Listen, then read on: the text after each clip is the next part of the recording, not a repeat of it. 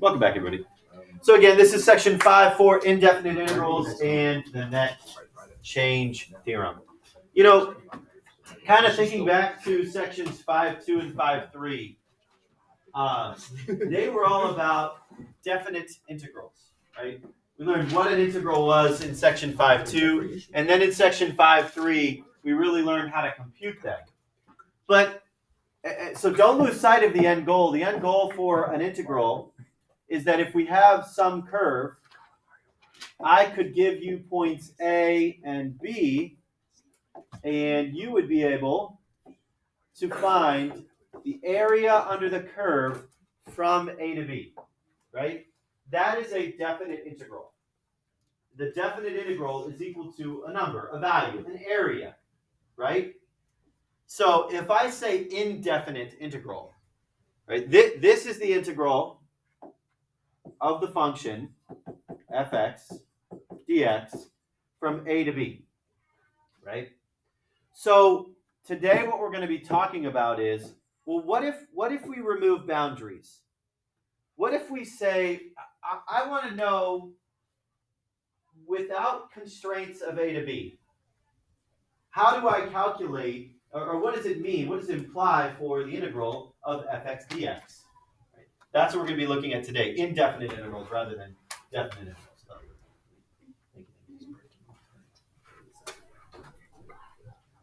All right.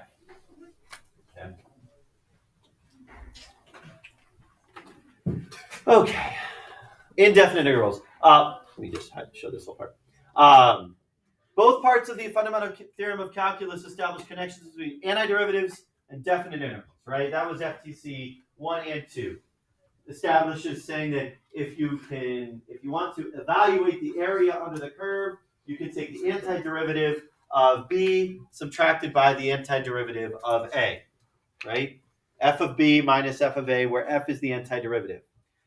We need a convenient notation for antiderivatives that makes them easy to work with. Because of the relation between antiderivatives and integrals given by the fundamental theorem, this notation is traditionally used for an antiderivative of f and is called an indefinite integral. So you might be thinking like, oh man, this is going to be a really difficult process figuring out the integral of fx dx on an open interval. Well, we did that. That was section 4.9. Honestly, today, and then in this section, we're not really learning anything new. Everything that we are doing today, well, this first part, indefinite integrals, not that change there. Indefinite integrals, basically you did in section 4.9. Remember when you computed antiderivatives? The exact same thing. Now we're just saying that this notation is actually equivalent, that's an eraser, is actually equivalent to the antiderivative. Because that's essentially what you're doing, right? You're creating an equation to finding areas. Well, the equation that you use is the antiderivative equation, right? So basically this here, the integral of fx dx with no boundaries, nothing on top or bottom, is equivalent to capital F of x, which was our notation for antiderivative, right? And FTC1 states that if you take the derivative, it's equal back to the original, right? If you take the derivative of the antiderivative, that will get you back to the original. That's FTC1.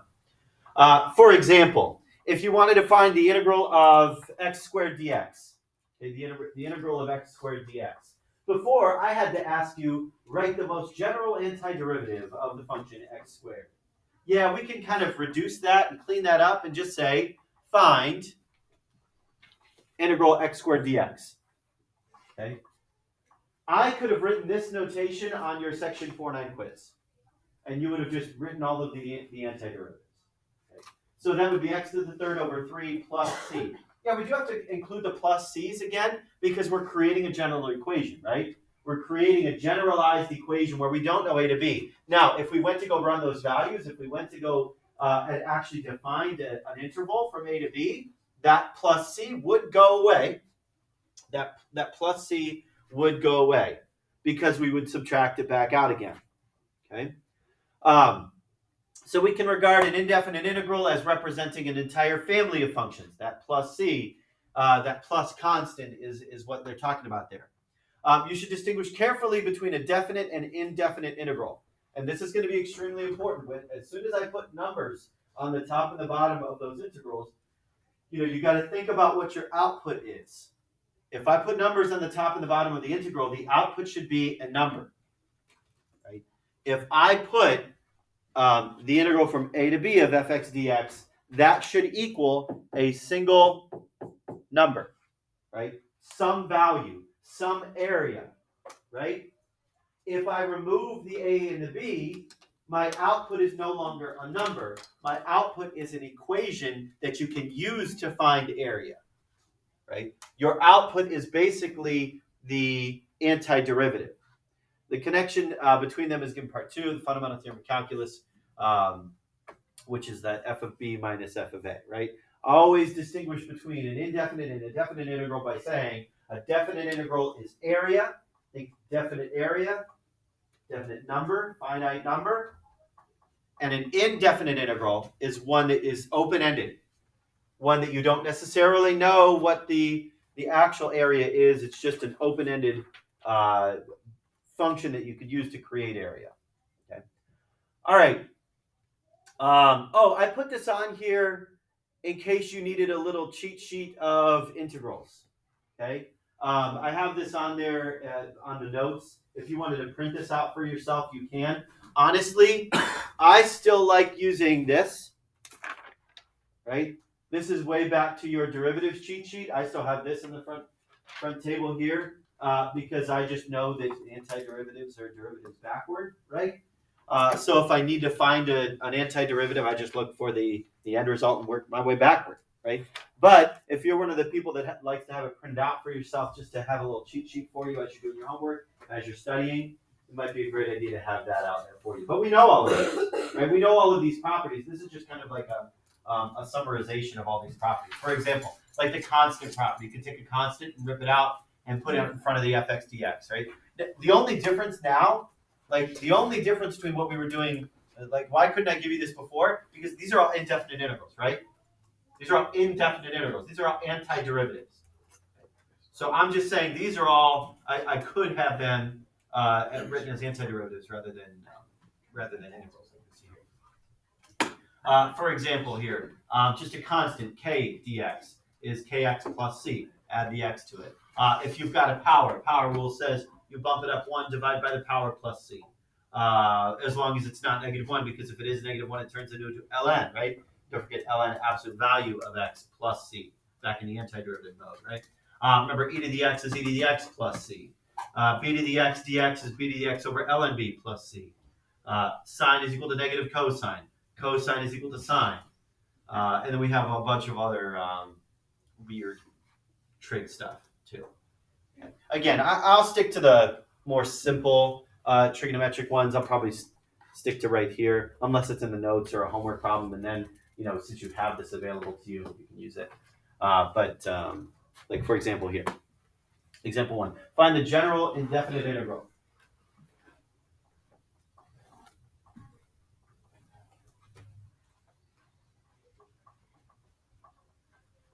The integral of 10x to the 4th minus 2 secant squared x dx.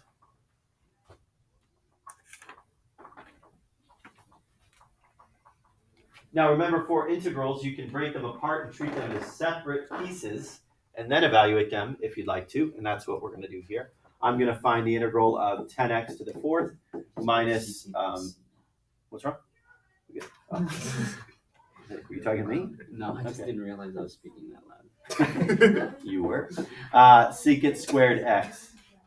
Oh, I forgot my dx's. I always forget my dx's in there.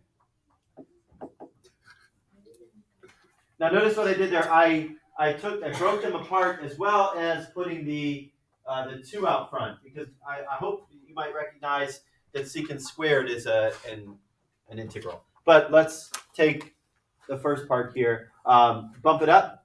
10x to the 5th over 5 plus c. Now this plus c, I can just attach it onto the very end.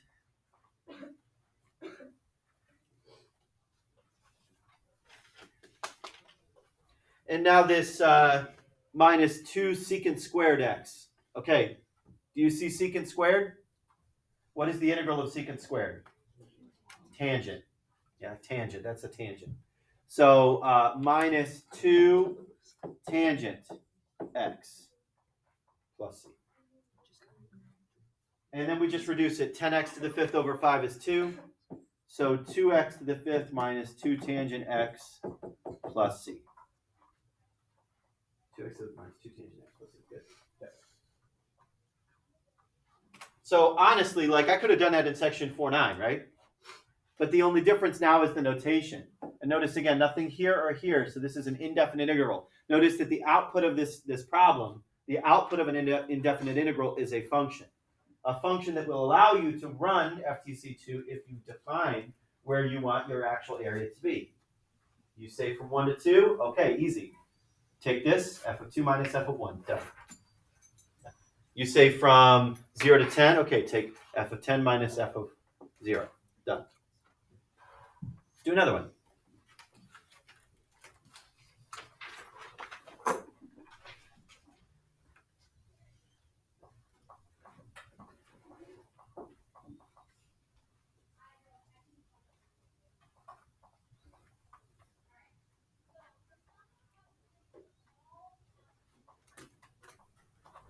Evaluate the integral of cosine theta over sine squared theta d theta.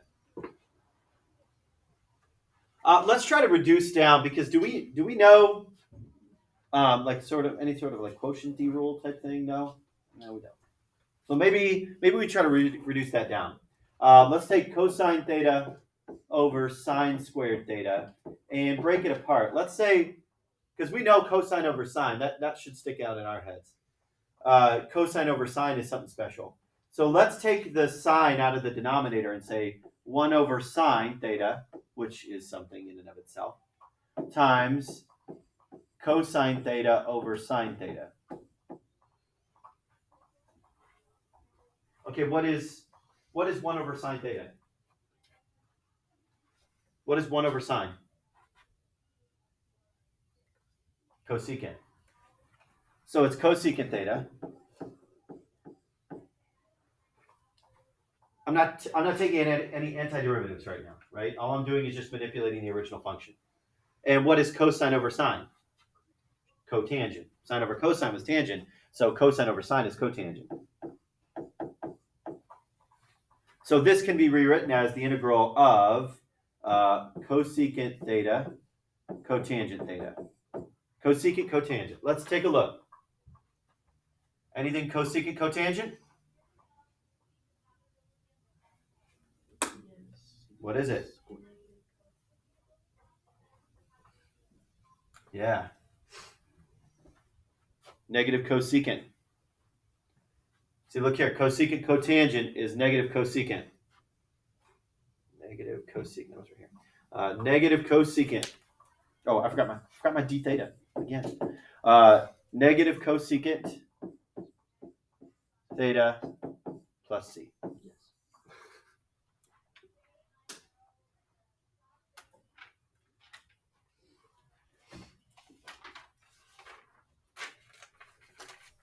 Okay, let's take a look here.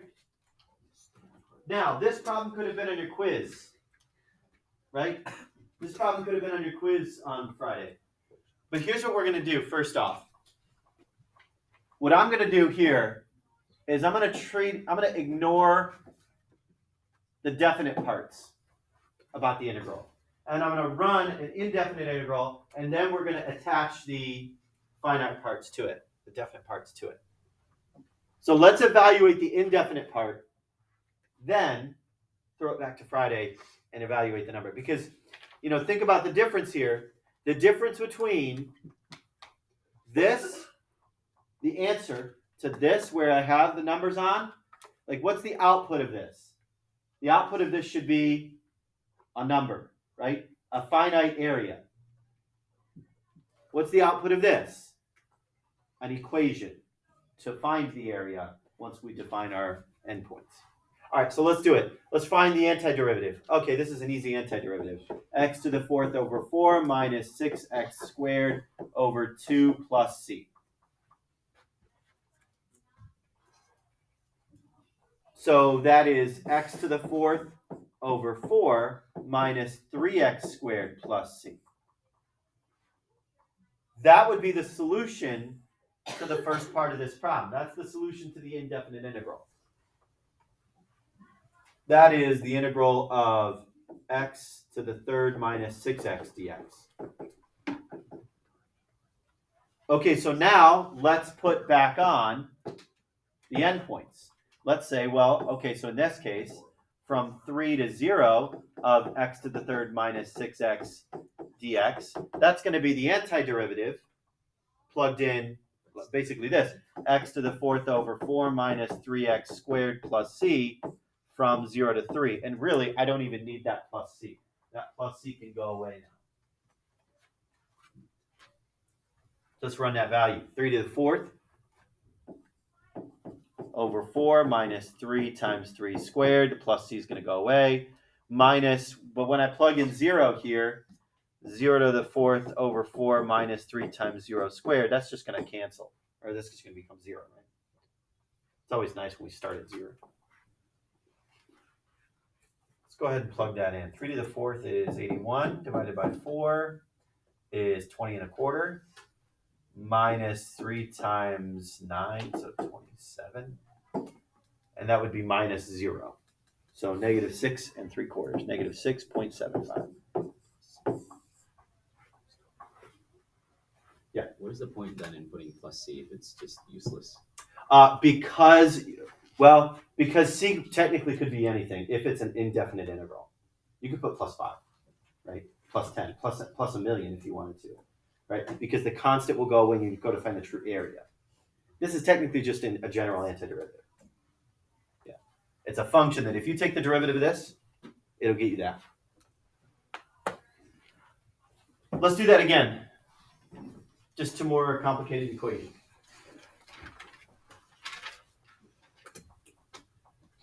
And I'm going to do the exact same thing. Like, if this problem was presented to you in the homework, you don't have to do what we're doing on the board here. You can just go straight to doing 0 and 2. But again, I like to stress the importance of knowing the difference between a definite and indefinite integral. So we're going to find the indefinite and then make it definite by putting the 0 and the 2 back on.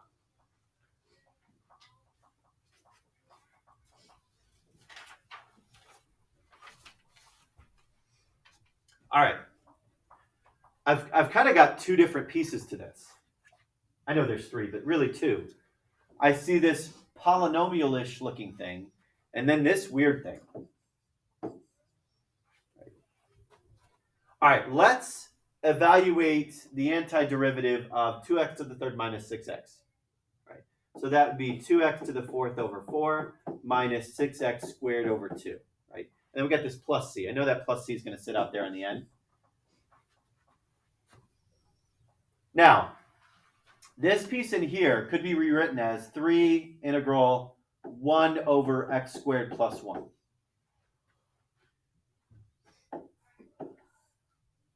Take a look at that. 1 over x squared plus 1.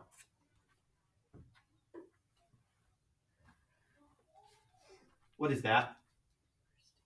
Inverse tangent. Inverse tangent. We see it here? Inverse tangent. So 1 over x squared plus 1 is going to get us 3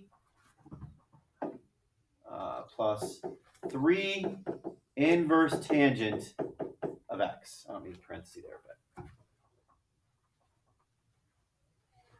let's reduce it down. So this would be x to the fourth over 2 minus 3x squared plus 3 inverse tangent of x plus c. That's the general indefinite integral.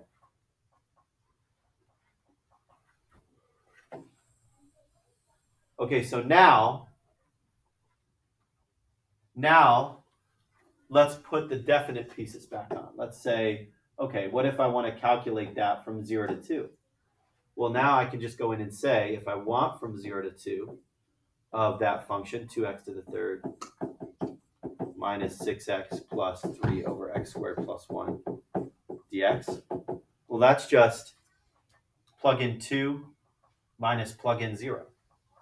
So plug in 2 to the fourth over 2 minus 3 times 2 squared plus 3 inverse tangent of 2. And again, I can take away the plus c now. Minus the big chunk, plugging in 0.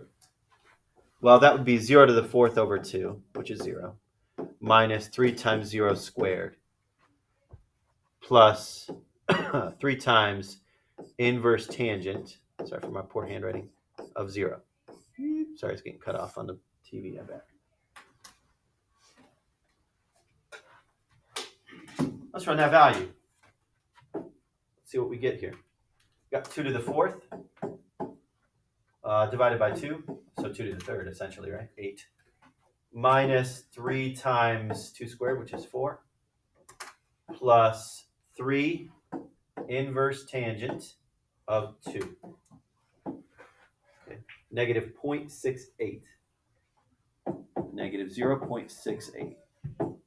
Minus, now again, this is going to be 0, this is going to be 0, 3 inverse tangent of 0. 3 inverse tangent 0. That's 0. I thought it was going to be 0. Just had to verify. Negative 0.68. Yeah, it has negative 0.679. Got a little bit more exact on my notes. Questions about that?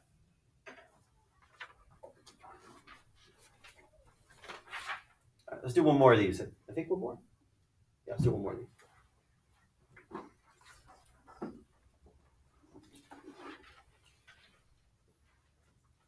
This is one of the problems where, again, we're going to do the indefinite then definite. So ignore the 1 to 9 for a moment. We'll bring that back in a second. This is like one of those problems where, like, I could have showed you this at the beginning of the year. And you'd have been like, no way we're going to do that. No way, that looks too difficult. And honestly, this is kind of a, I don't know, in my opinion, it's kind of an easier one.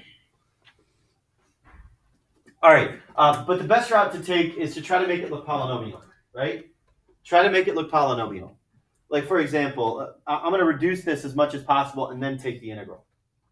So 2t squared over t squared plus t squared radical t over t squared minus 1 over t squared. I'm just uncommoning the denominator, right? So we have a 2 plus radical t minus t to the negative second. Or in other words, t to the 1/2. So this is what I'm going to evaluate. 2 plus t to the 1/2 minus t to the negative second dt. Which again is the notation for saying find the antiderivative. Okay, so for 2 we tack on a t. 2t plus t to the, so 1/2 turns into 3/2. Divide by 3/2. And then minus t to the negative 1 over negative 1. Plus c. All right, so let's clean it up a little bit. 2t plus divided by 3/2 is multiplying by 2/3. So 2/3 t to the 3/2 plus t to the negative 1 plus c. Just double check that. 2t plus, oh, I said t to the t over 1.5. T to the 2/3 t to the 3 plus t. Yep. To the negative first. Oh, so that is the first part of my problem, right?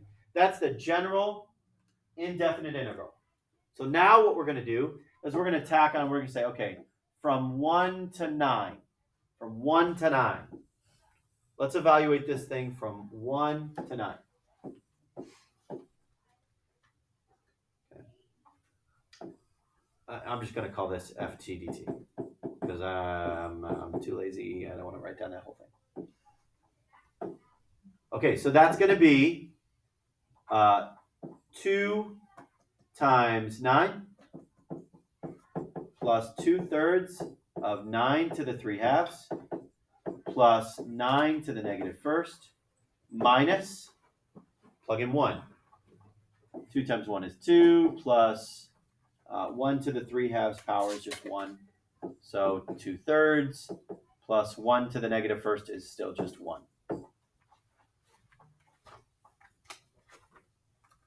And we will evaluate. So this is 2 times 9 or 18 plus 2/3 times, oops, didn't mean to put a parenthesis there, times 9 to the 3/2. I'll put it at 1.5 here.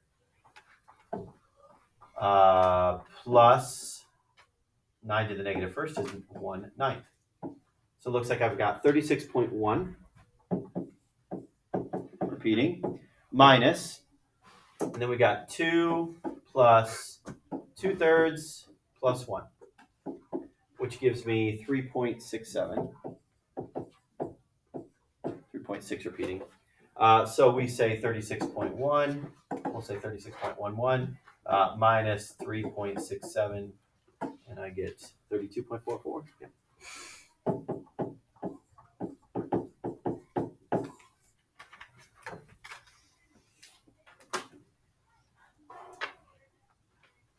Questions about that? Good there? All right, I will save the net change theorem for tomorrow. So we got about, Valerie's at 17, right? Yeah, less than 10 minutes.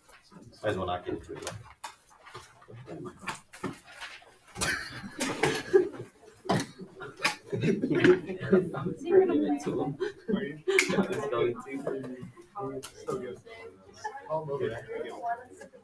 I would, but everyone would feel like, I always get. Look at my chord progression for my chorale. It is quite nice. You're getting a sneak peek into my song. My health pick. I don't know what any of that means. Right. So we're gonna go from tonic No, let's not. to supertonic. Yes. So then 7 diminished in the first tonic. So that